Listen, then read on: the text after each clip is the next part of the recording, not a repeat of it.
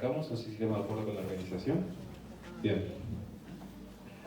Lo mismo que dije esta mañana a los que vinieron, cuestiones preliminares. Lo mismo que le digo a mis alumnos en la universidad. No me gustan los monólogos, así que si me tienen que interrumpir, incluso lo agradezco. Porque descanso la voz, porque los escucho, estamos todos aprendiendo a la par. Nadie es tan inteligente que no tenga algo que aprender y nadie es tan ignorante que no tenga algo para enseñar. Así que si hay dudas o quieren hacer algún comentario o aporte, bienvenido sea. ¿Estamos? Bien. Segundo, ¿quién soy? Sinceramente resulta indiferente e indistinto. O sea que no voy a gastarme en presentaciones porque no creo que vaya a cambiar la existencia de alguien, saber si soy docente universitario, si soy escritor, presidente de Argentina o un simple padre de familia. O sea, las ideas son ideas y son indistintos a quien las transmite. Pero si se preguntan, bueno, de acuerdo a los cánones del mundo, que no son los que yo sigo, yo soy un simple mortal, padre de familia, felizmente casado con 2 hijas, docente a nivel universitario, escritor, conferencista, investigador, pero quién soy es una larga historia que algún día se va a resolver. El día que me muera, de hecho. Ahí se sabe cuál es mi forma. Y tercero, para ya iniciar, vamos a hablar hoy particularmente del ecologismo y principalmente de un tema que a mí me preocupa de sobremanera, que es el control de natalidad. Porque está desarrollado en el libro, pero quizás hay temas que uno por tamaño, por cantidad de páginas, no llega a hablar bien. Entonces lo vamos a intentar ampliar un poco. Hasta acá. ¿Hay algún tipo de pregunta, duda, cuestión? ¿O podemos arrancar bien? ¿Estamos? Bien. ¿Cómo la ves? No, para adelante. Perfecto, vamos para adelante. Habría que preguntarse si se puede ir hacia atrás. En filosofía nos preguntamos todos. ¿Y qué sería el adelante y qué sería atrás si estamos en el medio de la nada, no? ¿Cuál sería el norte y el sur? O sea, es complicado, no es relativo, dirían los progres. Pero bueno, vamos a hablar de la vida. ¿Por qué vamos a hablar de la vida? Porque vieron que hay una tendencia dentro de influencers, intelectuales, referentes. Una vez a mí me dijeron, vos que sos referente pro vida. Yo me quedé como, ¿yo? ¿Yo referente pro vida? No, referente pro vida. Mi abuela que tuvo 8 hijos, es referente pro vida. Si yo pienso en términos filosóficos, ¿qué sería un referente pro vida? Pro, algo positivo, algo que compele, algo que aporta una esencia al mundo. Pro vida, mi abuela era pro vida con 8 hijos, yo tengo 2 nomás. O sea que a mí me queda un poco grande el título pro vida. Aunque seguramente he querido decir que era referente antiaborto. Bueno, esa es otra cuestión. Pero ser antiaborto no es lo mismo que ser pro vida, ¿eh? No es lo mismo. Entonces surge esta cuestión de están queriendo controlar la natalidad. Y yo les digo, sí es cierto, lo vemos de distintas maneras. En la vida diaria, todavía no empezó a hablar de filosofía.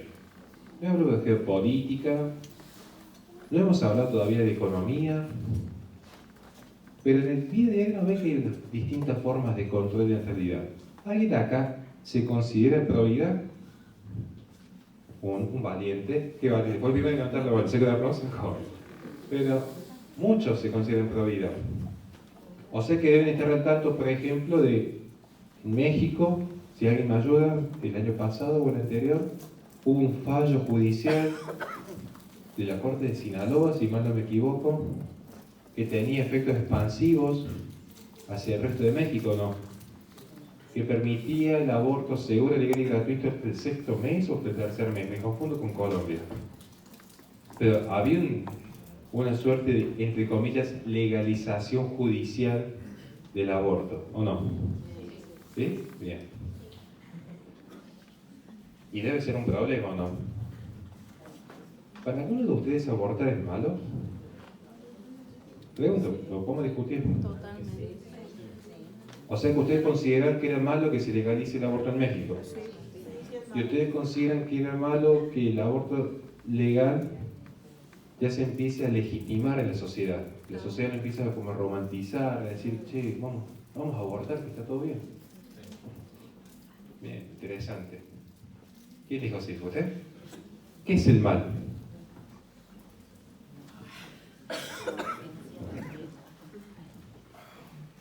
Para nuestra sociedad, yo siento que es cualquier cosa que afecte o lastime que transgrede a otra persona, a otro ser, en una sociedad donde estamos interactuando, ¿no? Un daño tercero. De resumidas cuentas, claro, yo pienso en los tres principios universales de la ética. Uno de los tres principios universales de la ética es no dañar a otro. Entonces, habría un quebrantamiento de la ética, me parece una buena definición. Claro. ¿Y usted considera, por ejemplo, que es malo que un determinado poder controle los nacimientos de una determinada nación?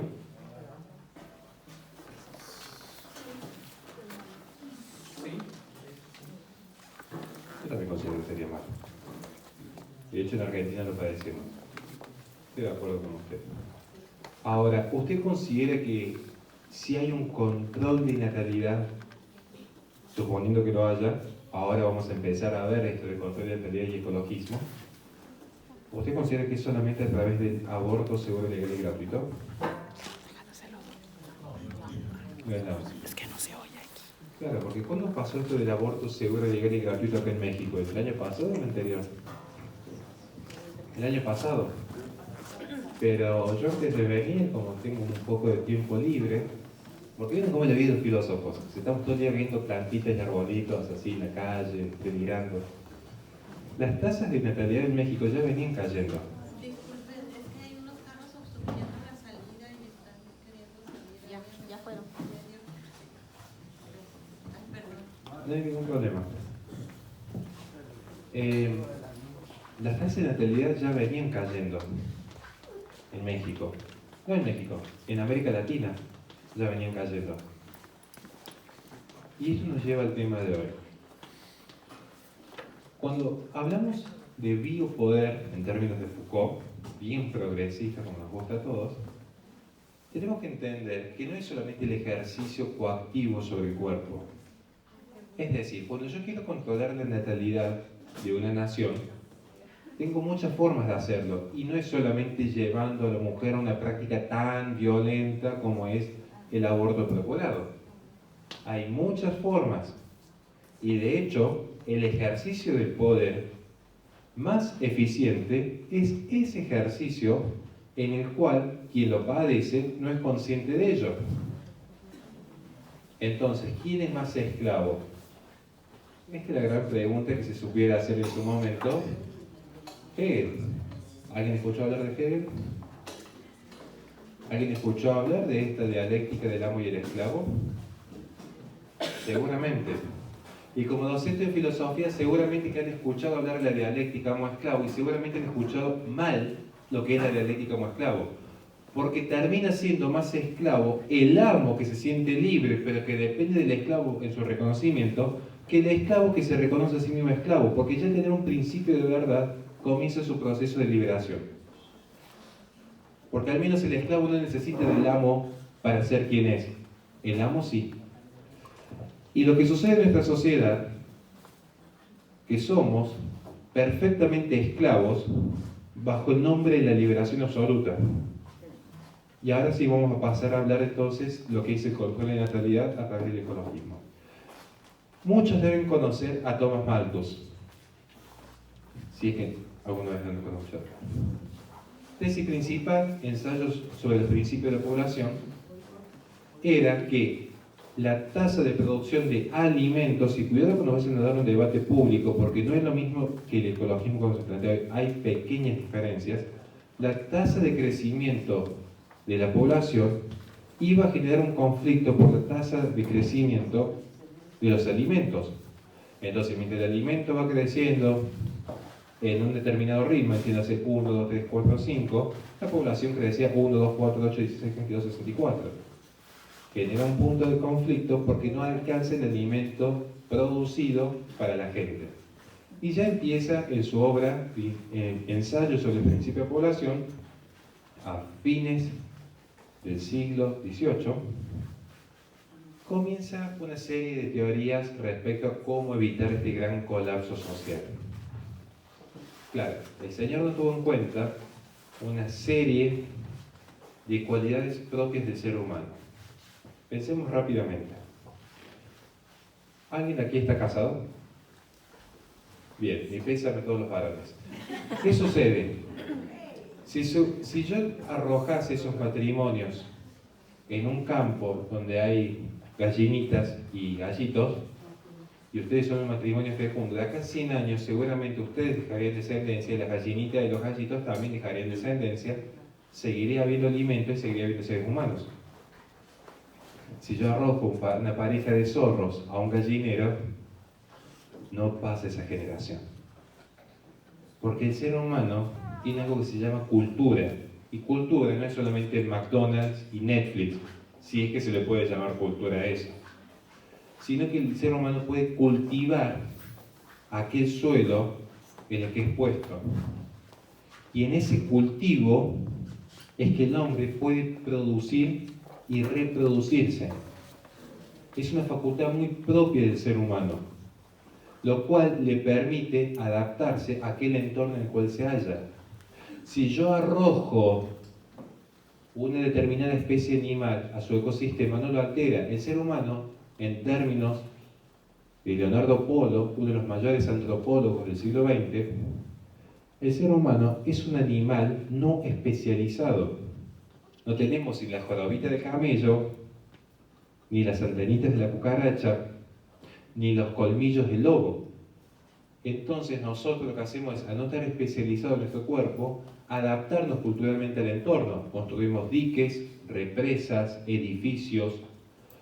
Las actividades propiamente animales, cada ser humano la va expresando de una manera distinta porque humaniza lo animal.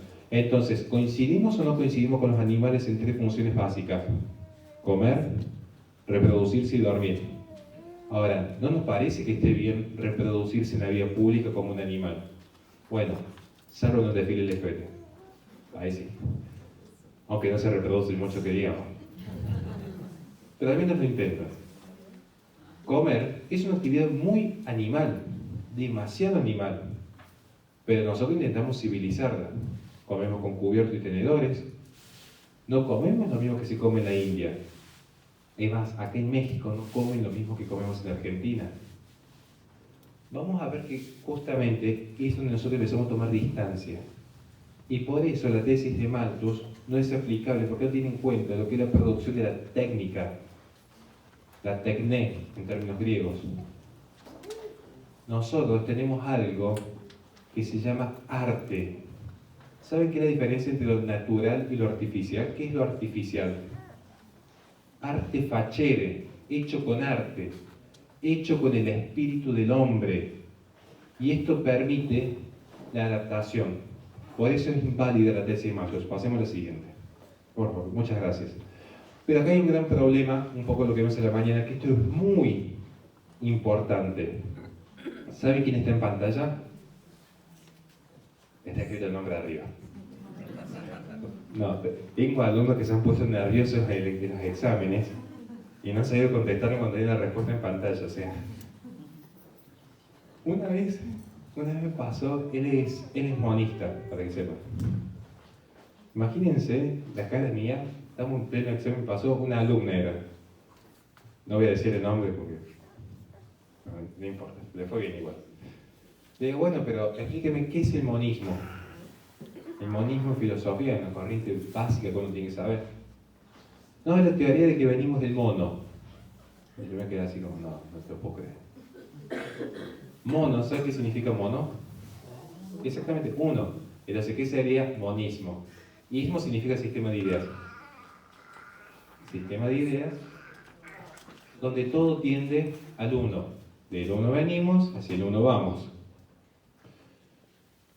Acá le voy a pedir que se abstraigan un segundo, porque esto es muy importante. Lo mismo que le dije a la gente esta mañana, van a escuchar de vuelta una parte, pero es que es muy importante.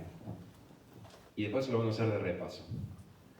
Miren, yo en filosofía tengo dos grandes nociones o dos grandes opciones, que cada uno la tiene que tomar. No hay, por así decirlo, una regla obligatoria. Es un salto de fe que se da. Seas ateo, seas creyente, en filosofía tienes que tomar una decisión apenas empiezas. Si querés ser un filósofo medianamente serio, medianamente respetable. Por el realismo o por el inmanentismo. ¿Hasta acá me siguen? Realismo o inmanentismo. Si soy realista, pensemos Santo Tomás de Aquino, San Agustín siendo neoplatónico, porque Platón tenía un principio de realismo fundamental. Voy a reconocer que hay una realidad anterior. Supongamos, cuando yo llegué acá, pasé por esa puerta. ¿Ustedes ya estaban aquí o no? Eso sería una suerte de realismo. Digo, ya había personas e incluso ya había un espacio físico. Había una realidad anterior.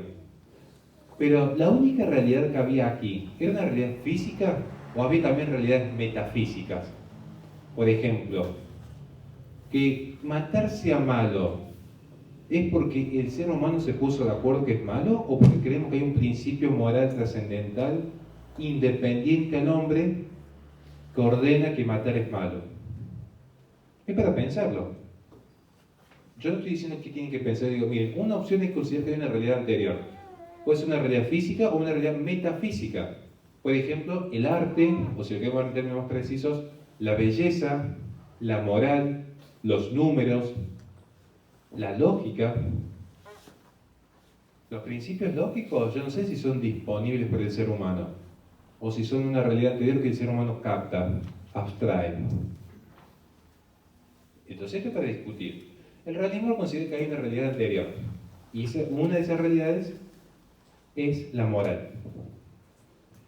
El problema es cuando yo soy inmanentista, inmanere, permanecer dentro de mí. ¿Alguien escuchó hablar del término alguna vez? Es súper complejo. Básicamente en el inmanentismo no hay una realidad anterior al hombre. Todos saben que en filosofía son tres los pilares de la filosofía: Dios, el hombre y el mundo. Se acabó. Entonces, todo filósofo intenta dar una respuesta a Dios, al hombre y al mundo. Baruch Spinoza, no me gusta, pero es un filósofo medianamente sólido.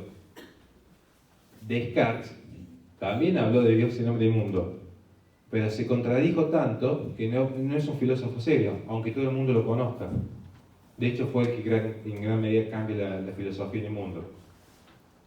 Dudo, por lo tanto existo. Cogito ergo sum. ¿Por qué es inmanentista? Porque este es el punto. Si yo digo cogito ergo sum, ¿qué estoy diciendo? Dudo, por lo tanto, existo. ¿Cuál es el principio de la realidad, de lo que existe? ¿La realidad en sí misma o está primero mi duda, mi conciencia, mi cogito? Porque si está primero mi duda, quiere decir que no hay una verdad externa de este lado, sino que la verdad está en mí y desde mí, mi duda, mi conciencia, mi razón, empiezo a descubrir la verdad, pero al mismo tiempo empiezo a crear la verdad. Porque parto de mí. No es que la verdad está afuera y yo voy a su encuentro, sino que la verdad emerge de mí. Y puede ser que emerja desde el racionalismo de Malebranche o de Spinoza, o puede surgir desde el empirismo de David Hume o de John Locke. Pero no van a quebrar este principio de inmanencia. Está todo en función del hombre. El hombre como medida de las cosas. Es más, si hay tiempo en las preguntas, nos salimos del ecologismo y empezamos a hablar de qué es el tiempo y nos vamos a dar cuenta si quizás el hombre, eso no es la medida de las cosas. Pero ¿por qué me ha interesado esta introducción? Que sé que es complejo y bastante duro. Porque si no, no se va a entender esto.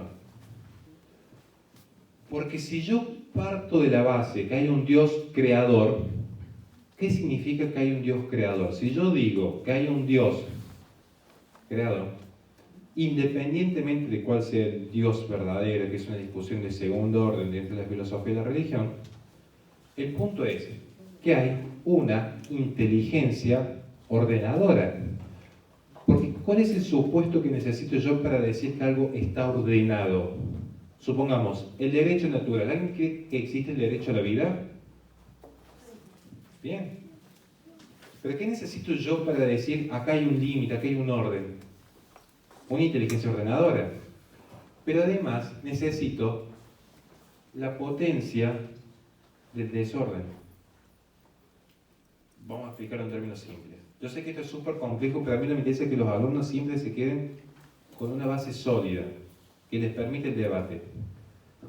Porque si damos por supuesto las cosas, quizás nos sirve en un primer momento, pero después cuando avanzamos un poco más ya se empieza a caer la teoría. Para que podamos hablar de que está mal abortar, necesitamos primero entender qué es el mal y luego por qué deberíamos hacer el bien. Y son preguntas que seguramente muchos jamás han hecho. Y si los digo con mucho respeto y cariño, porque también soy papá, y a veces uno de los hijos les dice, no hagas esto y punto. Ahora, la gran pregunta, que al menos yo se la hacía a mis padres cuando yo era chiquito, es, ¿por qué debo hacer el bien? Y parece una pregunta casi obvia, pero no sé si tan obvia. Yo me paso, no sé si yo le pregunto a cualquiera de ustedes, ¿por qué hay que hacer el bien? Es más, yo le pregunto, ¿qué es el bien? Porque no es tan fácil decirle a un niño de 5 años, el bien es esto, y tenés que hacer el bien. Debes hacer el bien. ¿Por qué? ¿Por qué debería ser bueno? No creen que es tan simple la respuesta. Al menos a mí como padre, son preguntas que a mí no me dejan dormir muchas veces. Porque acá está el principio. Si yo digo que esto está ordenado, es porque debe existir la posibilidad del desorden, que la botella esté acá. Cuando yo considero que existe un deber ser, yo puedo ver la realidad, yo veo esta realidad y digo, estas cosas son, pero deberían ser así. ¿Alguien de acá tiene hijos? Me dijeron que hay muchos que tienen hijos, ¿no? ¿Alguna vez alguien tuvo un hijo enfermo? ¿Algún valiente? Uno. Bien, tuvieron un hijo enfermo. Perdón. Sí. Que naciera enfermo. No, que tuvo una enfermedad cualquiera. Tuvo una enfermedad y fueron al médico seguramente. Y el médico les dijo que el chico estaba enfermo. ¿Y cómo el médico sabe que el niño está enfermo? Bueno, ¿y cómo sabe que no está saludable? Porque es un diagnóstico, Sí, análisis de su Porque antes estudió. claro, pero hay otro tema. ¿Cómo sabe que está enfermo? Me parece una pregunta tonta y no es tan simple, ¿eh? Porque piensen en un instante. Yo tengo una criatura. Se supone que la persona en nuestro plano ideal debería estar sana, ¿o no? Sí. Se supone. ¿Qué hago yo cuando digo que algo está sano? ¿Qué hago yo cuando conozco? ¿Cómo es tu nombre? Omar. Si yo lo conozco a él, conozco a una persona. ¿Alguien de acá es médico? Un médico tenemos allá al fondo. ¿Usted lo podría, supongamos, atender a él si tuviese una emergencia médica? En teoría sí. En teoría sí, ahí está, en teoría sí. ¿Por qué? ¿Usted alguna vez vio y conoció su cuerpo íntegramente, a cada célula de su cuerpo? Bueno, del cuerpo humano, el estudio del cuerpo humano. De en él, general. de ese cuerpo. No específicamente. No, los médicos nunca van a llegar a conocer todos los cuerpos humanos, sino que su conocimiento es inductivo. Dice, miren, yo conozco tantos cuerpos y establezco una ley universal. Yo conocí 100 cuerpos y bueno, más o menos el cuerpo de los africanos, el cuerpo de los chinos tienen ciertas cosas en común, deduzco que entonces el páncreas está en todos los cuerpos, pero capaz que parezca una persona que no tenga páncreas. Miren, se creía en ciencia, vamos a hablar un poquito de ciencia después. Se creía que la ciencia es una ley universal. No, la ciencia trabaja sobre cánones inductivos, porque conoce los particulares y a partir de conocer ciertas cosas particulares, crea una ley universal. Los médicos no conocen todos los cuerpos, conocen algunos y dicen, ah, puedo abstraer la forma y decir, todos los cuerpos humanos tienen esto. Aunque no necesariamente, porque antes se creía que todos los cisnes eran blancos hasta que apareció el primer cisne negro. Antes se creía que los mamíferos eran de una determinada forma hasta que apareció el ornitorrinco y rompió todos los esquemas. Apareció un pato medio raro, con una garra media rara, que encima ponía huevos, pero era un mamífero, de cosas medio raras. Bien. Pero ¿qué me interesa llegar acá? ¿Por qué llegamos a este punto? Porque estamos hablando todavía de la inmanencia versus el realismo. Si yo tengo que nace un chico enfermo, supongamos, tengo un niño enfermo, es porque yo conocí la forma ideal. Dije, este niño está sano. Idealmente, mi mente, mi cosa. Esto está sano. Debería estar sano. Yo comparo el deber ser con el ser. Y digo, ah, no es como debería ser. Si esto está ordenado y yo lo desordeno, ¿qué estoy diciendo? Se rompió el deber ser. Esto es para el realismo, porque para el realismo hay una realidad anterior, ordenada, con límites. Para nosotros los realistas, piensen Santo Tomás de Aquino como un ejemplo típico, el orden no es solamente armonía de las cosas según el lugar que ocupan, este concepto básico de orden, sino que hay un límite. Ustedes están casados. Su amor, para que sea un amor sano, en el sentido realista, es un amor ordenado y es un amor con límites. Entonces, ¿qué es el amor con límites? El marido le va a decir a su señora esposa, bueno, mira amor, nos ordenemos un poco, pongamos límites. Yo te lavo los platos de lunes a jueves, pero el viernes me voy a jugar un fútbol con los amigos. Entonces, supongamos, no me pasa a mí. A mí me toca lavar los platos siempre y no me dejan salir nunca. Pero eso está desordenado. Cuando hay una noviecita con el noviecito, ¿cómo es un amor sano? La noviecita le dice, nos ordenemos. Hasta el matrimonio llegamos hasta acá. Pone un límite.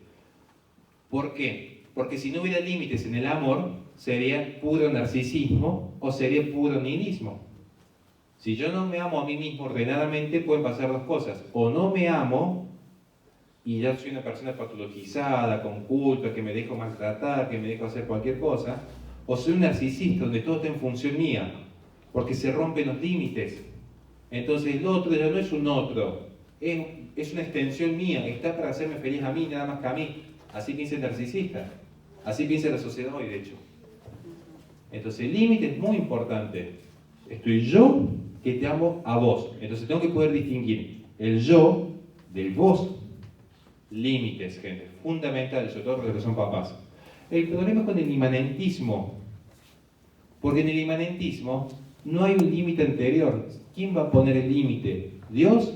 Si todo surge del hombre, somos producto de la evolución. ¿Dónde están los límites? El derecho natural, que es una realidad metafísica. ¿Cómo probamos empíricamente un derecho natural? No lo hay. Es el ser humano que se pone de acuerdo a sí mismo y dice esto es bueno o esto es malo. Y esto es lo que pasa con Ernst Haeckel. Ernst Haeckel es el creador del concepto de ecología. Todavía no hablamos de ecologismo. Ecología. ¿Vieron que le gusta decir a la gente no, porque la ciencia inmaculada es un dogma de fe que nunca se equivoca? La ciencia le viene errando algunos pronósticos desde hace 50 años. El origen del hombre, por ejemplo, de Darwin, no es una teoría científica porque no pasa el filtro de teoría científica. Lo digo como persona que ha profundizado lo que es la epistemología. No pasa la teoría científica, no pasa por teoría científica. Tiene problemas con la conexión causal, no tiene reducción del lenguaje formal, no es corroborado empíricamente, pero decimos que el hombre evoluciona en los monos como un salto de fe. Hay más certeza científica de la existencia de Dios que del hombre que haya evolucionado de mono. Por donde se mire. No tiene sustento alguno. Pero ¿qué sucede con Ernst Haeckel? Ernst Haeckel proviene de las corrientes darwinistas. Él toma el postulado darwinista y lo lleva un paso más todavía. Esto está explicado en el libro, por cierto, por eso no me voy a detener tanto acá. Esto está recontra explicado en el libro. Y él toma la filosofía monista. El monismo, por eso le expliqué lo del realismo y el inmanentismo. Piensen que el realismo es como un dique. ¿Alguien vio un dique, una represa? Hay un límite, algo que contiene el agua. ¿Qué pasa si rompo el dique? ¿O se seca? Pueden pasar muchas cosas. Si se seca tenemos el nihilismo. ¿Alguien escuchó hablar de Schopenhauer? Nietzsche. En un punto son nihilistas porque no hay nada, se acabó. No hay un Dios trascendente, no hay una vida después de esta vida, no hay algo como la moral. Son las personas que han ido construyendo falsos dioses para medianamente regularse. Eso van a decir. Pero pueden ser monistas. ¿Qué pasa? Puede ser que el dique, en vez de secarse, se rebalsa. Entonces, ya no hay un límite, sino que ahora el agua cubrió todo. Ejemplos de pensadores monistas. Darwin, la evolución lo acapara todo. Todo se explica de evolución. Marx, donde la comunidad lo absorbe el individuo, lo absorbe por completo. O sea, no hay una distinción entre individuo y comunidad, sino que el individuo es para la comunidad.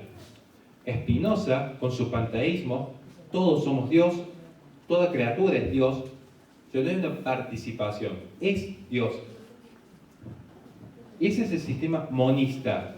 Y eso es lo que va a tomar el creador del concepto de ecología. ¿Por qué hago esta introducción súper densa? Porque si no se entiende esto, no se entiende el ecologismo.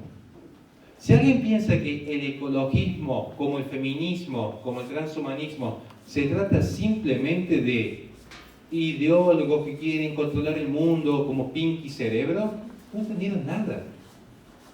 Si alguien piensa que un ecologista que te está diciendo que, ahora vamos a hablar de esto, vamos a hablar mucho de la vida hoy. Si alguien piensa que el ecologismo es un relativista progre porque te dice que está mal comerse un asado, pero está bien abortar. Porque vean qué fácil que hacer memes. Ay, te preocupan más los huevitos de la tortuga que el niñito por nacer. Yo lo veo en internet todos los días, que todo el mundo hace chistes con esto. Pero no entienden cuál es la gracia, porque no entienden cuál es el sentido del ecologista. ¿Por qué el ecologista pone la vida del animal por sobre el ser humano? ¿Por qué considera que el niño por nacer no tiene los mismos derechos que una vaca, un perro o un mono? Esto es lo que vamos a resolver hoy. Pero se tiene que entender esto.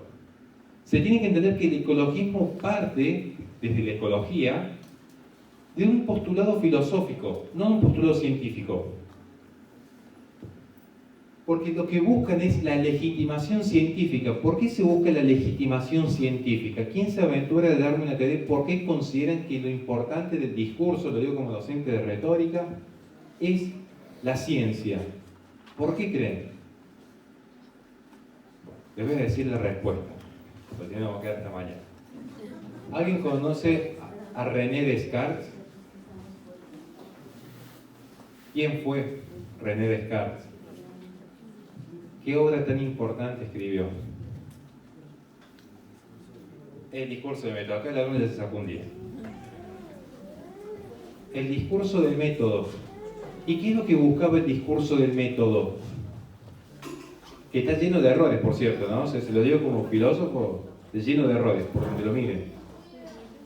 Pero, ¿qué es lo que buscaba el discurso del método? Llegar a la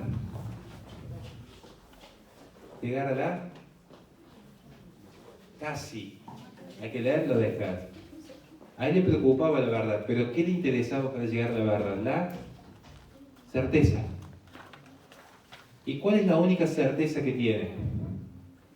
La duda. Porque todo es relativo hasta que se comprueba.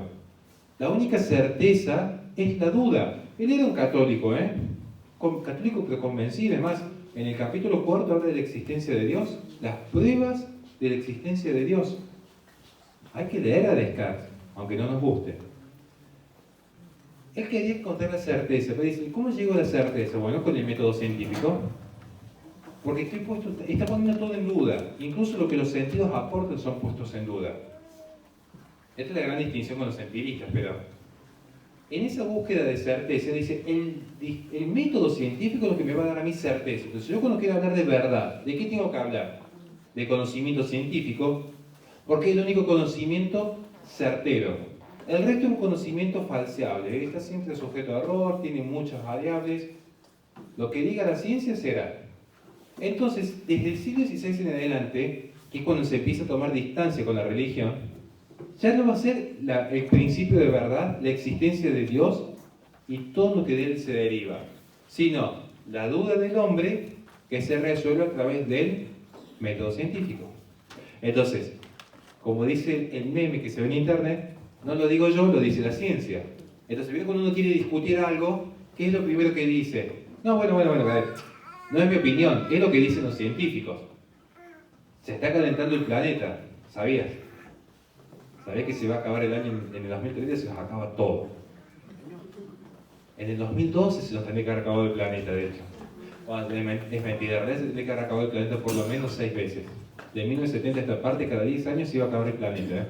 Se nos inundaban las costas, los agujeros en la capa de ozono, una glaciación donde íbamos a tener un pingüino al lado de la cama a la mañana siguiente, que se nos iban a derretir los neumáticos de los autos en la calle. Cada 10 años había una catástrofe acá. Yo sí, miren, tengo 35 años.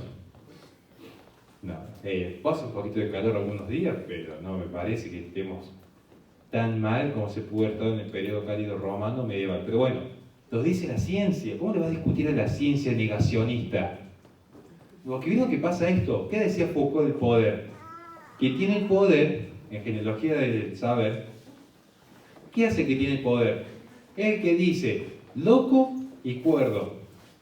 Y tiene el poder, dice, vos sos cuerdo, me interesa tu postura, vení para acá. Vos sos loco, te excluyo del debate. Esto lo decía Foucault, el padre de los progres. El amante de los progres, el amante de alumnos, y encima alumnos menores de edad, soy un pinturista, el pelado. Pero bueno, vamos a usar a Foucault.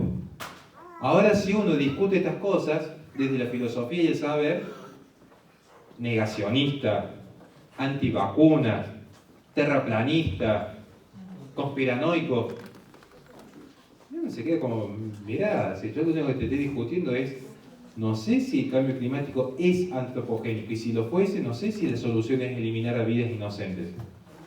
No sé, yo soy un ignorante, más lo que ignoro que lo que sé, entonces al menos lo pongo en duda. Pero ante la duda, ¿no? Vos no sos científico. Vamos a ver qué dice la ciencia, pasemos por favor. Ernst Haeckel tenía un problema con los cristianos, Ernst Haeckel, el creador de la ecología. Después vamos a ver si podemos hacer compatible el catolicismo con la ecología. Me parece que no, pero bueno. Claro, porque imagínense, ¿por qué le hice la introducción tan densa? Ahora la van a empezar a captar mejor. Yo tengo acá, ¿qué es lo que es esto? Agua, ¿no es cierto? Acá tengo agua. ¿Puedes ayudar? Me estoy quedando sin voz.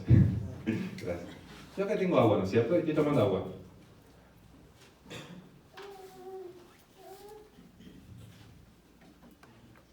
¿Está ordenada esa botella ahí? ¿Sí? Pues sí, le puede pasar un accidente, es verdad. Esa es una mujer que sabe. Está casi ordenada, ¿no? Pero ¿qué pasa si yo pusiera la botella boca abajo en el piso? Me mirarían raro, ¿no? Y si yo hiciera como hizo el alumno de Lacan, no saben quién es Lacan, ¿no? Un psicoanalista que tomó postulados de Freud, fue muy importante en la Revolución del 68. Imagínense que yo hago como el alumno de Lacan en este momento, agarro la botella y le empiezo a tirar agua a ustedes así. ¿Para usted estaría bien que yo haga eso? ¿Por qué? Está loco. ¿Por qué?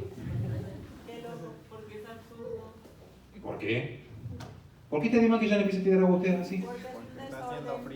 Porque es un desorden. ¿Por qué es un desorden? Porque nos está faltando el respeto echándonos agua. ¿Y quién dice que yo tengo que respetarlos? ¿Y quién dice que eso es una falta de respeto? ¿Y dónde está escrito el orden? ¿En qué parte del código penal alguien me puede decir que está prohibido que un profesor le tire agua a un alumno? Sentido común. Sentido común, igual, ¿por qué? Porque, por sentido común yo me como un asado. Vamos a hablar de sentido común en los hindúes, que tienen la vaca que es sagrada. ¿Cómo, gente? ¿No es tan fácil? Vieron que uno cuando le empieza a contar, imagínense lo que tener un hijo como yo que preguntaba el por qué a todo. Hasta el tercer chancletazo, ahí yo me preguntaba más. Pero bueno, ahí está nuevamente, ¿ves? Los totalitarios siempre, los que somos más locos, nos callan con la violencia, porque no pueden con argumentos. Pero que este es el punto, gente. Vamos de vuelta. ¿Qué pasa si yo soy realista? Si yo soy realista, digo, esto tiene que estar ordenado. Entonces, parte del orden es el docente habla, el alumno escucha, el alumno pregunta y el docente responde. Básicamente, ¿no? Hay un orden que es anterior. Para que exista el orden, tiene que existir el desorden. Y esto también cuando vemos metafísica, cuando hablamos de Dios, es porque Dios permite el mal. Para que exista el amor, tiene que existir la posibilidad del no amor. Si no, no habría amor. ¿Cuál es el problema con el inmanentismo? ¿Qué pasa cuando yo saco en el deber ser, saco el deber? ¿Qué me queda? El ser. Me queda el ser. Si para mí todo es arte, no que existe el arte sí, el arte no. Si todo es arte, va a ser arte. Una banana pegada con cinta de scotch en la pared, como en la Capilla Sixtina, porque todo es arte. Entonces, todo es ser. No hay un deber ser. Y esta es la base del ecologismo, mejor dicho de la ecología. Ni siquiera hablé todavía de la parte política que no me interesa en esta parte de la conferencia. Me queda el ser. Si yo no tengo un Dios creador, no hay una inteligencia ordenadora, ¿qué me queda? El orden que el hombre se da a sí mismo. Me queda el ser. Esto, pero márquenselo a fuego, porque si no están entendiendo esto, no van a entender por qué después la vaca tiene derecho a la vida y no el niño por nacer. Porque esto es fundamental acá. Porque el tema es, ¿cómo nos vamos a ordenar si queda solo el ser? El hombre se da su propio orden. ¿Bajo qué criterio? ¿Bajo qué criterio?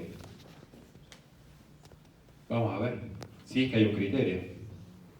Si es que lo hay. ¿Podemos pasar al siguiente? Muchas gracias. Pensemos, por ejemplo, en Francis Galton, pero miren, podría haber puesto Francis Galton porque es el más famoso, el más fácil de conocer. Podría darles a Mary Stepps, Margaret Sanger, Francis Place. Todos científicos. Todos científicos. Nos puede gustar o no la ciencia que hacen. Todos eugenésicos. ¿Saben qué significa eu en griego? Eu. Así como decimos nosotros, eu. Significa bueno, como eutanasia, buena muerte. Thanatos es el dios de la muerte no violenta.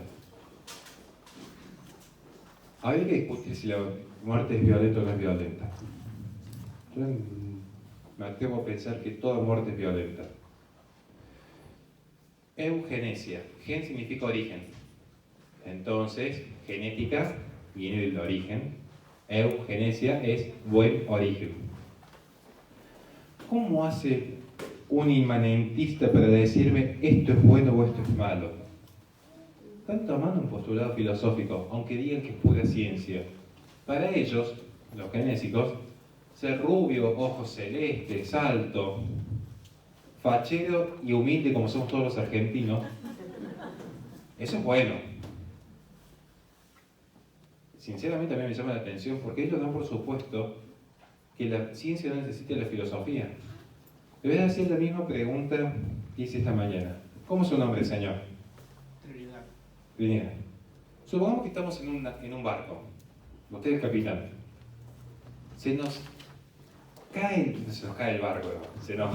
Nos naufragamos en el barco con todo lo que estamos aquí. ¿Qué sería lo primero que usted haría apenas llega a la costa? Las primeras 5 acciones rápidas que usted haría. Pues ver cuándo llegaron vivos. Bueno, lo primero contar con el. La segunda acción. ¿A dónde llegamos? Buscar el lugar. Primero saber cuántos somos. Segundo, dónde estamos. Y después, ¿qué haría? No sé si no sé. ¿Alguien se anima a decir qué sería la tercera acción que haría? Buscar ayuda. Tercera acción, buscar ayuda. Cuarta acción, estamos ahí solitos en el medio de la nada. ¿Qué más haríamos? Cuarta acción, refugiarse. Quinta acción, alguna quinta acción cualquiera. Buscar focos, buscar alimentos. Es rápido. Pero acá usted. Es muy buena la película, tiene un sentido filosófico profundo la pelota Wilson, porque eso demuestra lo que es la naturaleza humana, de hecho. Estamos hechos para no estar solos. Pero, tengo un canal de YouTube que analizo filosofía y cine, después se los paso. Pero, ninguno me dijo ponerse a filosofar sobre el origen de la vida. Es como que no nos haría falta al principio en esta nueva sociedad que estamos creando, que lo vamos a llamar, ¿cómo podemos llamar esta sociedad? Horaciolandia. Es como que en Horaciolandia, esta isla virgen que hemos llegado, estamos reconstruyendo, es como que todavía no nos hacen falta los filósofos, ¿no es cierto? Como que están de más. ¿Quién más útil? ¿Quién más útil? ¿Alguien que esté juntando cocos o alguien que esté pensando sobre la vida de los cocos y por qué se genera? ¿Sí? ¿Pareciera que el filósofo está de más o no? Y sin embargo, cuando apenas llegó el Señor a la isla y que tuvo la ayuda de los compañeros para empezar a fundar Horaciolandia, se tomaron una decisión filosófica. ¿Cuál fue? Tomaron una gran decisión filosófica, ¿y saben cuál fue? Vivir. Están asumiendo tácitamente una posición filosófica. Queremos vivir. Y alguien diría, es obvio. No sé si es tan obvio. Albert Camus, en el extranjero, de hecho, lo pregunta. ¿Por qué vivo pudiendo no vivir? Es una pregunta filosófica válida.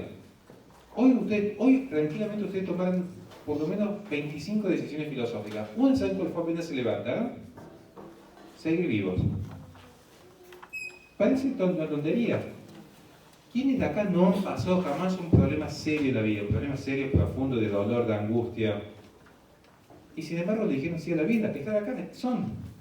Y eso es una posición filosófica. No hay ningún postulado humano que no tenga una filosofía por detrás, porque es nuestra naturaleza racional. Le decimos sí a la vida, entonces asumimos que queremos vivir. Esta gente asume como ciencia lo que es un postulado filosófico. Ellos dicen esto es bueno o esto es malo. Una vez me tocó debatir con alguien que decía que el cambio climático era malo porque se morían las especies. El tipo era ateo. Entonces yo le dije, ajá, así que vos me estás diciendo a mí en este debate público que es malo que el planeta se caliente. ¿Cómo sabe que la temperatura no es natural? ¿Cómo sabe que quizás, digo, si sos ateo, tranquilamente nuestra vida y la vida de los animales, tranquilamente puede ser un accidente de la naturaleza, un azar? Quizás la verdadera forma del planeta Tierra tendría que ser como la forma de Marte. Quizás Marte evolucionó y es más perfecto, por eso en Marte no hay guerra ni conflicto, porque no hay vida. Entonces hay un estado perfecto en términos ateos. El ateo da por supuesto una serie de cosas que son muy contradictorias, pero muy contradictorias, filosóficamente. ¿Por qué consideramos que donde estamos nosotros es donde deberíamos estar? Para nosotros porque existe un orden anterior. El problema es esta gente. Porque para esta gente es como que la ciencia indica que no hay suficientes recursos naturales para todos, entonces tiene que haber una selección natural. Pero esta selección natural es más artificial que natural. Artificial, arte facere, esto significa artificial. Hecho con arte, hecho con el espíritu del hombre. Dicen que tiene que haber una selección natural, pero es el espíritu del hombre, el arte facere, la que va a decir niño síndrome de Down, afuera. Rubio ojo celeste, adentro. ¿Quiénes tienen más de 35 años acá? Hagan un poco de memoria conmigo. Hagan un poco de memoria conmigo. Y esto sí es muy importante porque este es el centro de la conferencia de hoy. ¿Estamos bien? Quedan un ratito. Me avisa por favor, ¿cuánto tiempo vamos? Cuando lleguemos a la hora me avisan, hacer un receso porque es mucho contenido, tenemos que asimilarlo, bajarlo un poco. Avísenme por favor cuando lleguemos a la hora. Hubo un par de valientes que dijeron que tenían más de 35 años. Y estoy viendo algunos que no levantaron la mano y que sé que tienen más de 35. O sea, les aviso algo. Yo no seré un ejemplo de santidad porque tengo una vida bastante complicada, pero hasta donde yo sé, mentir es pecado.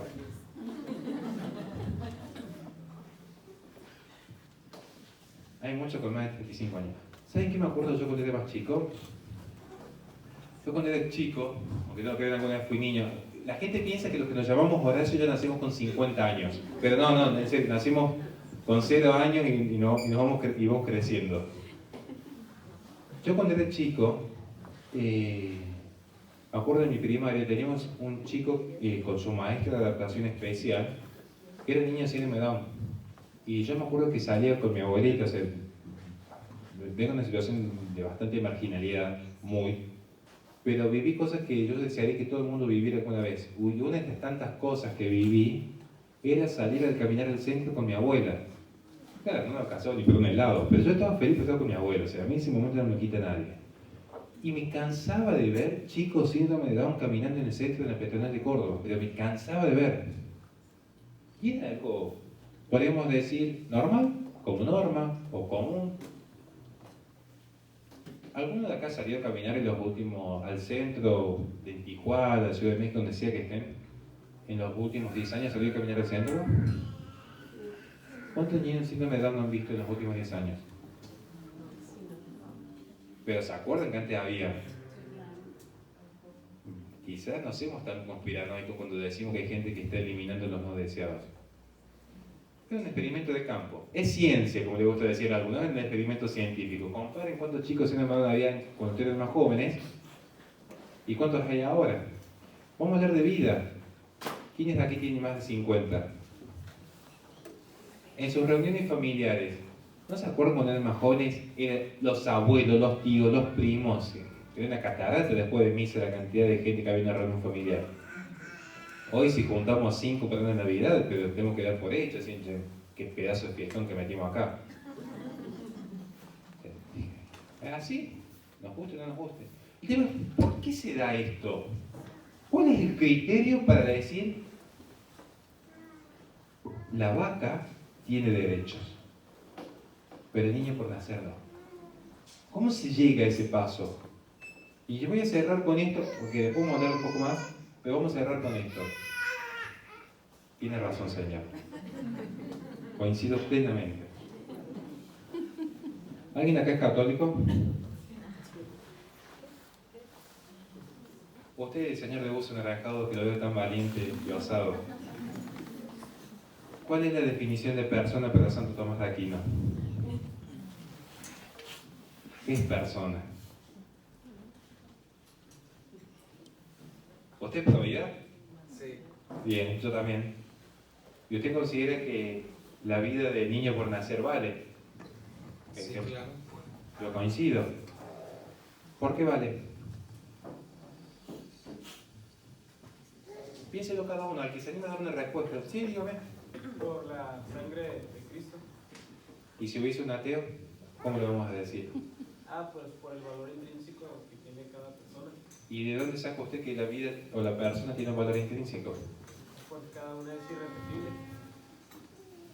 ¿Podría ser? No sé, pregunto. A ver, yo le pregunto, yo soy docente en lógica y retórica. Aunque me dedico a escribir y todo esto, soy docente de vocación y de acá la que yo doy es lógica y retórica. ¿Se sigue lógicamente de que porque un ser, cualquier ser, sea irrepetible, su vida vale? Porque las vacas también tienen un código genético único. Y yo me acabo de comprar un asado tremendo antes de venir acá a México. Salvo que yo soy un asesino, que maté unos pues de vaquita, que tenía un par de torneritos ahí. Qué sádico que soy. Pero así me tratan los ecologistas. Por eso les pregunto, ¿dónde está el valor de la vida? Porque viene de Dios. Sí. Es muy buena respuesta y como allá también lo sostuvieran. Es muy buena respuesta. Bueno, no nos vamos a poner nunca de acuerdo. Porque es necesario nunca asumir las cosas como son. Seamos realistas. Le agradezco la respuesta a ambos. Yo coincido también con lo que han sostenido. Ahora voy a tratar de explicarlo. O sea, me gusta como molestar a los alumnos. O sea, que tengo ese perfil un poco sádico, pero está muy bien la respuesta. ¿Cuál es el fundamento de Occidente? La religión católica. Exactamente. ¿Quién dijo eso? Tiene un 10. La religión católica. Nada que cristianismo, nada, de la religión católica. Para que no sepan, Europa era un pantano enorme. O sea, era imposible Europa. hasta que vino el monacato y luego vinieron las abadías y civilizaron. Hora el labor, ¿qué hacía la gente? Si no estabas orando, estabas laburando, no tenías otra para hacer. Como la vida de todo hombre de bien. Y acá me escuchan la feminista y bueno, mala suerte. Pero el hombre no tiene otra cosa que hacer en la vida que es trabajar de sol a sol. Y se acabó la discusión, por más que le duelen los postmodernos, progres y llorones que andan por ahí polulando. Son muy delicados. Igual los entiendo. Y sí, imagínate lo que es a mí. ¿Qué me es más fácil para mí? De decir que tengo que llevar una vida como la que llevo, de estar trabajando 14 horas por día, salís del trabajo y tenés que llevar a tu hijo al hospital, entonces como perdiste toda la noche de descanso, el otro día tenés que recuperar las horas, a veces estás sin comer, estás con un dolor de cabeza que se te parte, a veces tenés que salir a ayudar a alguien y te toca. Se escuchó ruido en la casa del vecino y ¿a quién vas a mandar que se meta? ¿A tu esposa? Para morir hemos nacido, les aviso desde ya, para morir hemos nacido. Entonces el hombre va y lo hace, punto. Ahora, es más tentador vivir como un imanentista. No, mirá, vos sé libre, no te cases, no te arruines la vida, viajá, podés estar con las personas que quieras. Gastar plata en pañales y puedes cambiar el auto y tener el último Audi. Mucho más tentador, mucho más fácil. Yo no lo voy a negar. Pero este es el punto. Vamos de vuelta entonces. ¿Cómo fundamentamos la vida? El fundamento de Occidente es la Iglesia Católica. Para la pregunta que hice recién, ¿qué decía Santo Tomás que es la persona? Anoten bien porque es clave acá. Subsistente, individual, de naturaleza racional. Me interesan las primeras dos palabras. ¿Quién se las acuerda?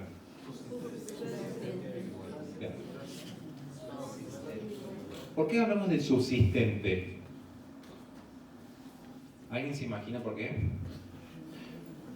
Porque ¿cuál va a ser uno de los principales filósofos que va a tomar el filósofo, como diría en Suma Teológica Santo Tomás de Aquino? ¿Cuál va a ser el filósofo que él va a tomar como cabecera? Aristóteles. ¿Quién dijo Aristóteles? Se sacó el segundo 10. Ya que lo veo que lo sabe, ¿qué decía Aristóteles de las causas? La verdad, yo no sé, ahí sí. O sea, que... Bien. Para Aristóteles, todo ser tenía 4 causas. Y acá había un problema. Por eso cuando dicen, soy aristotélico tomista. Cuidado, Cuidado. Porque en realidad hay puntos en los que Santo Tomás toma distancia de Aristóteles. Y resulta luego incompatible. Sí, ya sé. Querían hablar de ecologismo y le terminaron hablando de filosofía. Así que si después tienen algún reclamo, van y lo hacen allá con la doctora. Las clases las doy así. Tenemos acá una mesa. La mesa tiene 4 causas: material, formal, eficiente y final. La causa final no la voy a hablar porque me llevaría 5 horas. La causa eficiente es lo que le da forma a la cosa. Entonces el carpintero le da forma a la madera para que sea una guitarra o una mesa o una silla. La materia es el objeto, o la parte sustancial, este es el concepto más técnico, parte sustancial, corpóreo de la cosa. Puede ser madera, puede ser algarrobo, puede ser plástico, hierro, después veremos cuál es la materia. Y la forma es el modo de ser. El modo de ser. Entonces, cuando yo digo, ¿esto es o no es? Esto es, eso es, pero no son lo mismo. Porque esto es silla. ¿Qué forma es? Silla. Esto es mesa. ¿Qué forma es la mesa? Mesa. ¿Y eso? ¿Cuál es la forma en la persona? Porque acá debe tomar distancia Santo Tomás de Aristóteles. Porque ¿qué pasa? La forma informa, valga la redundancia, la materia. La materia es la que cambia. El principio del movimiento está en la materia. ¿Qué pasa cuando la materia se destruye? Esa forma se agota. Si yo rompo la mesa, ya no es mesa. ¿Se entiende? Esta mesa ya no es mesa cuando yo rompa esta mesa. ¿Qué pasa con un ser vivo? ¿Cuál es la materia del ser vivo? Si dije que la materia es el principio del cambio, ¿qué es lo que está cambiando en ustedes todo el tiempo? El cuerpo. Hay un principio que se sostiene, que sucede, pero el cuerpo es lo que va cambiando. Hasta acá me siguen, estoy tratando de bajar pero nada más que puedo, por favor pónganle su padre. El cuerpo es lo que cambia, pero hay algo que se conserva, que es ese ser. ¿Cuál es la forma? El alma. Por eso dijimos, es un subsistente individual. ¿Por qué? Porque para Aristóteles el alma, todo ser vivo tiene alma. ¿Por qué? Porque tiene ánima. Las plantitas y los animalitos tienen alma. Lo que pasa es que es un alma que se agota en la materia. Entonces, ¿qué pasa cuando el perrito se muere? Su alma deja de existir. Exactamente, se agotó el ánima. Cuando yo corto una planta, ¿qué pasó con esa planta? Su ánima se agotó. Se agotó, ya está. Se acabó la forma. Pero ¿qué pasa en la persona? ¿La persona se muere cuando se muere? No. Sino, ¿qué hacemos rezándole a los santos? ¿Nunca pensaron en esto? ¿Qué hacemos rezándole a los santos si se supone que el alma se agotó en la materia? Porque el cuerpo se agotó. Pero la forma no. Entonces vemos por qué decimos subsistente. ¿Por qué? Porque subsiste. No se agota en este plano de existencia. Vienen acá pensando que vamos a hablar de ecologismo y terminamos hablando de Santo Tomás de Aquino. O sea, debe estar re feliz con la inversión, pero bueno. Perdón. Pero es así, a mí me interesa hablar de estos temas, porque son temas que yo sé que muchas veces uno no se los plantea. Y es bueno que al menos ustedes alguna vez se digan qué es la muerte, qué es el tiempo, qué es la vida, qué es la persona. Y estamos diciendo la persona es subsistente. Para la religión católica, fundamento de mi querido llamado Occidente, que yo jamás voy a decir que todas las culturas son iguales porque no son iguales, porque la cultura católica es cualitativamente superior a cualquier otra cultura y tengo cómo demostrar que somos cualitativamente superiores en todos los aspectos, incluso de aquellas que se jactan de iluministas y ateas. Y acá viene el punto. ¿Por qué? Porque si mi fundamento de la sociedad es la persona y la persona es un subsistente individual, eso me está marcando un orden con la creación. ¿Alguien acá tiene algún conocido cristiano, católico, creyente, que le haya dicho, no, mirá, hay que respetar la naturaleza porque estamos todos a la par, que hay que cuidar la madre naturaleza, que los animalitos que son una creación de Dios? Es un atentado a la creación de Dios decirle, Dios, vos no sabés nada, vos te equivocaste allá arriba. Mal. ¿Qué es esto de las jerarquías de vida? Estamos todos a la par. Dios es jerárquico, porque las formas son jerárquicas, los ángeles están todos jerarquizados. La forma es jerárquica. ¿Qué es lo que iguala acá? La materia. La materia organiza de manera horizontal. Las formas organizan de manera vertical. Por eso los ángeles y los demonios están jerarquizados. Por eso les aviso, en el cielo no hay democracia. Les aviso desde ya. Pero bueno, miren acá cómo somos nosotros los seres humanos. Tenemos que seguir apostando a la democracia, porque seguro que la próxima elección la democracia nos trae algo bueno. Estoy convencidísimo. Estamos tan utópicos, es como, me recuerda a un amigo que siempre volvía con la ex. No, seguro que ahora cambió. Y bueno, dale, haz lo que quieras. Vos sabrás. Vos sabrás lo que haces. ¿O no? Capaz que no sepa, entonces ¿qué dice? Bueno, perdónalo, no sabe lo que hace. ¿Seremos libres o no seremos libres de la ignorancia? Ahí se la dejo picando. Volvamos al tema, ya cerré como un break. Si mi fundamento de la organización social es una persona como un subsistente individual, ¿qué sucede? ¿La vaca es un subsistente o no es un subsistente? No. Entonces, ¿cuál sería el pecado? ¿Comerse una vaca sería un pecado? Si según Santo Tomás de Aquino lo imperfecto se ordena lo perfecto. La vaca es más imperfecta que el hombre. Luego, si hay tiempo en las preguntas, le explico las 5 jerarquías de vida. Pero la vaca se ordena, como el pastito se ordena. ¿Cuál es el primer grado de vida? La vegetativa. Entonces, la vegetativa se ordena ¿a qué vida? La sensitiva. Entonces, la vaca tiene conocimiento, claro que tiene conocimiento, es la segunda categoría. Lo imperfecto se ordena en lo más perfecto. El tercer grado de vida, ¿cuál es? La racional. Como somos seres racionales, tenemos inteligencia y voluntad. Entonces, como tenemos inteligencia orientada a la verdad y voluntad orientada al bien, lo imperfecto que es la vida sensitiva se ordena a la vida racional. ¿Puedo no comerme una vaca? Sí, tranquilamente. No es pecado hacer dieta, gente. No es pecado ser vegano. Si es pecado considerar moralmente válido el veganismo, porque eso subvierte los valores católicos. O sea, yo puedo, si quiero, no comer carne. Y no es malo. ¿Dónde estaría el mal si como carne, por ejemplo? ¿Dónde sí estaría el mal, además del Viernes Santo y los preceptos? Si yo extingo la especie, porque a mí me fue dado el planeta Tierra en una relación de dominio y mayorazgo. Si yo extingo una especie, estoy privando a los hijos de él de gozar un producto que era para la humanidad.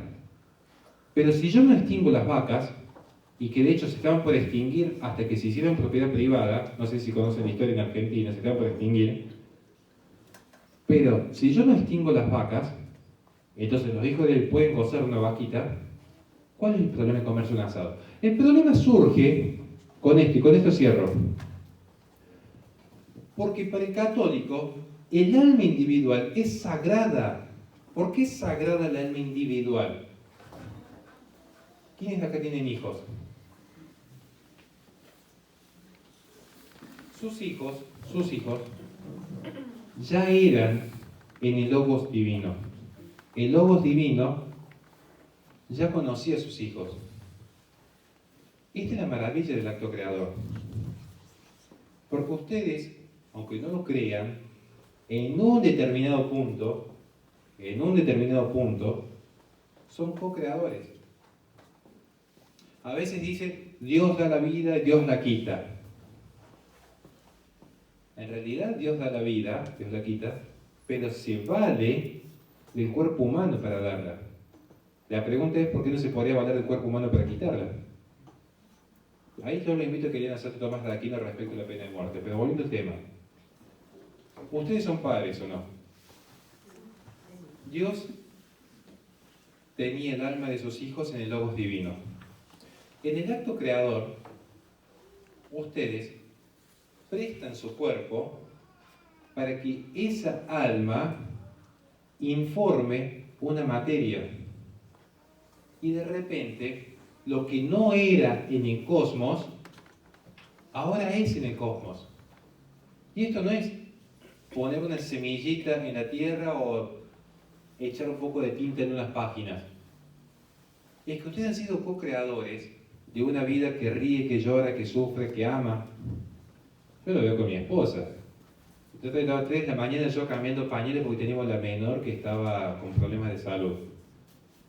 Y yo estaba pensando mientras hacía dormir a la más grande, que estaba encima mío, con calor 45 grados, pero ella quería dormir abrazada encima del papá. O sea, estaba así, las cruces que uno tiene que cargar. Yo hice semejante sacrificio con mis hijas para que de acá a 15 años me digan, no te metas en mi vida. Claro, es un poco como el amor de Dios, porque vieron que nosotros, los que somos papás, sabemos que nuestros hijos nos van a responder así. Y no dudaríamos jamás en volver el tiempo atrás y hacer cuanto sacrificio sea necesario por nuestros hijos. Sabiendo que se nos van a revelar, ¿cuántas noches vamos a pasar en el hospital o trabajando o simplemente muriéndonos de hambre para llevar el último centavo a nuestros hijos? Sabiendo que se van a revelar. Ahí es cuando entendemos que Dios, sabiendo que nosotros nos vamos a revelar, aún así nos ama. Y este es el fundamento de la cultura occidental. Pero ¿cuál es el problema? Que para nosotros el alma individual vale. El problema es cuando vemos la especie. Porque vamos de vuelta. Ahora empiezan a entender cuando yo les dije, ¿qué pasa si yo el deber ser le saco el deber? ¿Qué me queda? El ser. Me queda la especie humana, el género humano me queda. Un género humano que se organiza en sí mismo, con 3 grandes componentes. Primero, el laicismo. Un laicismo que empieza a tomar distancia de esta idea de separar religión del Estado. Son unos vivos bárbaros. Entonces, si ven que hay un par de referentes que dicen, no, acá la batalla hay que darla desde el laicismo. Ah, qué complicado, ¿no? ¿Alguien acá cree en el demonio? ¿Sí, le vieron? Sí. Imagínense que yo le digo a usted, señora, allá afuera está el diablo. Vaya a librar el combate cultural, vaya a ganar la batalla cultural. Usted me diría, bueno, sí, bueno, voy con mi marido, vamos a dar la batalla. Yo digo, no. Su marido y su rosario se quedan acá. Claro, nos están mandando sin armas a una batalla bastante desigual. Y la lucha acá fue siempre contra la religión, siempre, porque la lucha es contra el bien y el mal. Si no se entiende esto, no se entiende lo que es la batalla cultural, porque en el fondo es una guerra espiritual, histórica, porque el mal es histórico, gente, a veces el mal no es ontológico, el mal es histórico. Entonces es una lucha histórica contra el mal. Pero viene el laicismo y te dice, religión por un lado, con todas esas creencias del subsistente individual en la razón, todos esos conceptos tomistas, sácalos. No los enseñéis en el colegio. Es el laicismo el que va a decir ahora qué es lo bueno y qué es lo malo. La santa democracia te va a decir ahora lo que es bueno o malo. La mitad más uno te va a decir qué es lo bueno, bello y verdadero. Y aparece el utilitarismo. ¿Por qué? Porque el utilitarismo, que es una corriente filosófica moral que deviene el consecuencialismo, te va a decir que las acciones no son buenas o malas en sí mismas por su naturaleza, sino por las consecuencias que generan. Entonces, matar, ¿es bueno o es malo? Qué seguridad que le dice usted, seguramente es católico. Pero a un utilitarista, ¿qué le diría? Depende. Porque si yo mato a 10 para que 90 puedan comer, matar es bueno. Y si yo digo, como diría Platón, que un gobernante mienta para que haya mejor paz social en la sociedad, es bueno mentir. No es que mentir o matar sea bueno o malo por su naturaleza, sino por las consecuencias que generan. ¿Y qué es lo que busca el utilitarismo? La mayor utilidad para la mayor cantidad de personas posibles, la mayor felicidad para la mayor cantidad de personas posibles. Entonces, ¿cuánto placer? Esto lo toma Jeremy Bentham, consecuencialista. Placer, felicidad, son conceptos que están asociados. ¿Cuánto placer puede sentir una mujer de 20 años estudiando la carrera de medicina? Pongan un número cualquiera en 1 en 100.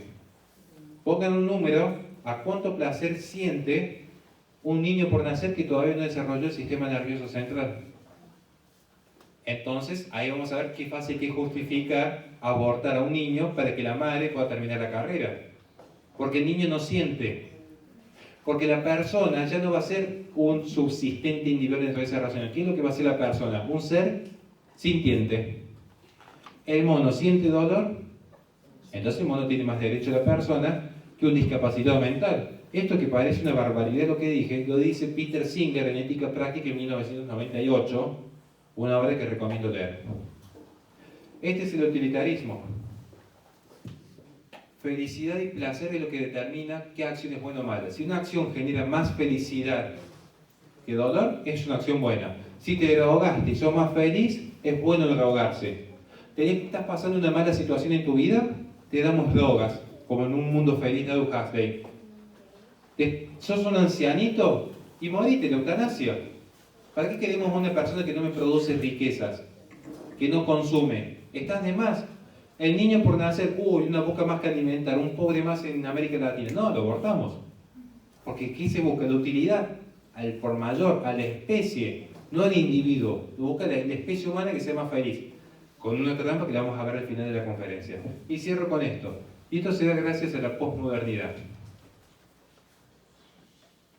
¿Qué es la posmodernidad? Lo que viene después de la modernidad.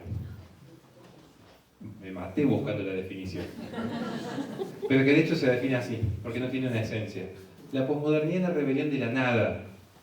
¿Alguien se acuerda de la película de Historia sin fin? Peliculón. ¿Cuál es el enemigo en la historia sin fin? La nada. El no ser. Porque en la posmodernidad hay un quiebre de la sociedad. ¿Cuáles son los 3 principales trascendentales de los 6 que existen? ¿Cuáles son los 3 principales trascendentales? Lo bueno, lo bello y lo verdadero. Claro, hablamos de lo bueno. ¿Cuál disciplina se encarga de lo bueno? Y normalmente debería ser la política. La ética se encarga de lo bueno. ¿Y quién distribuye la ética en la sociedad? La política, en términos platónicos. Claro, resulta ser que la política nos llevó a 2 guerras mundiales. Entonces lo bueno es puesto en duda. O sea, no existe lo bueno. ¿Para qué vamos a creer en lo bueno si, mira, de tanto buenismo terminamos en 2 guerras mundiales? ¿Cuál es otra trascendental? Lo bello. Claro, ¿qué pasó con lo bello? Se democratizó el arte. Porque antes uno le pagaba a un artista para que me haga un cuadro hermoso y réplica, lo más ajustado a la realidad, que la realidad es bella en sí misma. Hasta que vino la cámara de foto, entonces ahora cualquiera podía ser un artista. Ya cualquiera, ahora son todos artistas, vayan a entrar a Instagram con concursos de selfies, que hay, está todo el tiempo así sacándose selfies. Yo realmente los envidio, que tengan esa autoestima tan alta. Yo no me saco una foto y digo, no, ¿quién quiere ver esta cara, por Dios? Yo me tengo una sola foto que me sacó una vez que lo uso para todos los flyers, siempre la misma, y agradece que tenés eso, o sea, si no, poné el nombre solo, digamos. Pero bueno, ahora son todos artistas. No es que el arte la belleza tuvo acceso a toda la gente, sino que toda la gente puede construir su propio concepto de belleza. Aparece el dadaísmo, el cubismo, el conceptualismo, el surrealismo. Entonces, la belleza también se quiebra en la posmodernidad. Y la verdad científica. ¿Alguien sabe qué fue el experimento de la doble rendija? El mayor experimento de la humanidad en los últimos 300 años, me atrevería a decir. Resulta que la luz no era ni partícula ni onda, sino que era relativo a quien observaba. Un experimento científico. Hasta la ciencia daba lugar al subjetivismo. Y ya con esto cerramos esta primera parte, vamos a tomar algo, pero pasemos a la siguiente y para saber si cierro o no. Lo dejamos acá, porque después vamos a hablar de lleno de ecologismo. Les prometo que ya está, no hablamos más de filosofía, vamos a hablar de ecologismo. Pero necesitaba que entiendan esto. Yo no puedo entender el ecologismo si yo no entiendo cómo se toma el ser humano. Si yo tomo el ser humano como una vida sagrada en sí misma, o si lo tomo como un ser sintiente. Porque si yo tomo el ser humano como un ser sintiente, hay seres que no sienten. El viejito en coma o el niño por nacer. Pero hay animales que, como operan con los 9 sentidos, pues no sé si saben que tenemos 9 sentidos sensibles, sí tienen un grado de conocimiento. Entonces, a esos seres les dicen, esos son personas no humanas, personas no humanas, como dicen ahora, porque sienten. Pero el niño por nacer o el anciano no siente tanto, entonces es menos persona. Y esto tiene un fundamento del magnetismo. Por eso hice toda esta introducción que vimos al comienzo, para que tengan la base filosófica. ¿Cómo piensa el progre? ¿Cómo piensa el ecologista? ¿Cómo piensa el anticristiano? Piensa así. Toma al individuo no por su naturaleza valiosa, sino como una parte más de la especie. Entonces, dice, mientras no extingamos la especie humana, y bueno, habrá sacrificios que habrá que hacer en pos de la felicidad del resto, más precisamente en pos del placer. Placer en sentido filosófico. Si hay preguntas, me las hacen ahora y vamos a tomar un pequeño recreo, así de paso, descanso la voz. Gracias.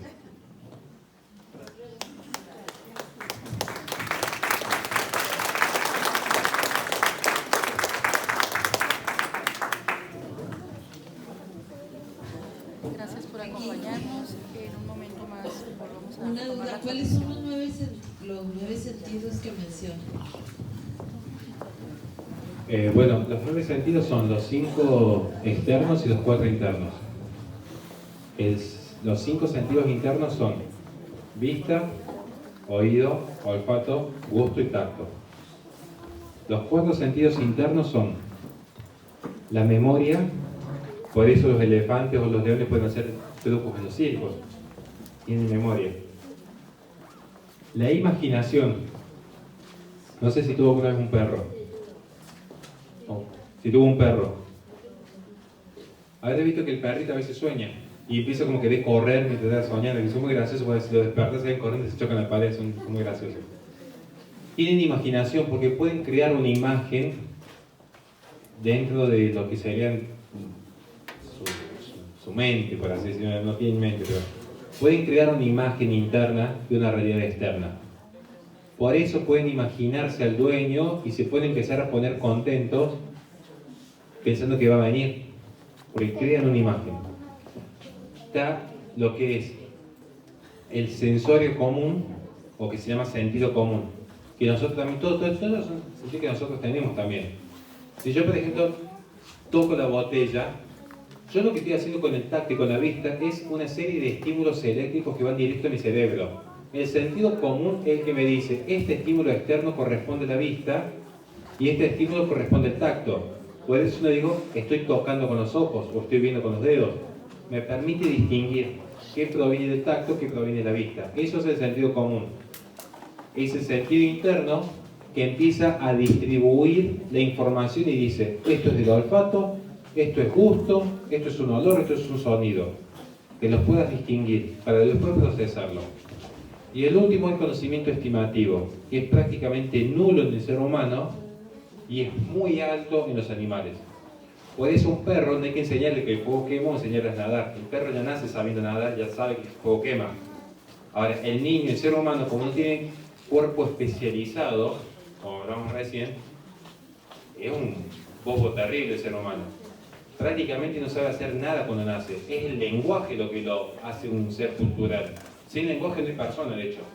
A tal punto, ya lo voy a explicar ese el tema del lenguaje, pero un niño que sabe hacer, el niño apenas si sabe amamantar, y hasta ahí nomás, porque incluso se ahoga a veces, solo.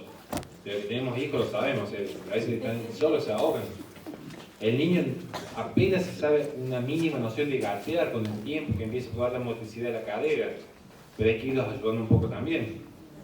El conocimiento estimativo es muy bajo en el ser humano y es muy alto en los animales. Y esos son los 9 sentidos de conocimiento. Por eso los animales tienen conocimiento. Lo que no significa que tengan razón, porque el animal no reflexiona, porque no internaliza y porque el animal a su vez no tiene lenguaje. El animal tiene comunicación. Las abejas se comunican. Miran a una abejita y empiezan a hacer un bailecito así. Che, mira, acá hay polen. Bueno, vamos todos para allá. ¿Se entiende? Pero no tiene lenguaje. Por eso no hay una mamá orangutana contando cuentitos a los bebés orangutanes. Ni hay un perro que sea un Pablo Neruda. O sea, simplemente eso. Se comunican para el cortejo o para la alimentación, pero no son capaces de reflexionar. Por eso un león hace 2000 años atrás se comió un cristiano igual que como se come una cebra hoy. Pero sin embargo los seres humanos no comemos igual que como comían los cristianos primitivos, y los seres humanos no tenemos los mismos hábitos de vestimenta que hace 5000 años atrás. Porque nosotros tenemos cultura y lenguaje. El lenguaje es más que comunicación. Es la abstracción de la forma en la internalización de la mente, básicamente. Pero bueno.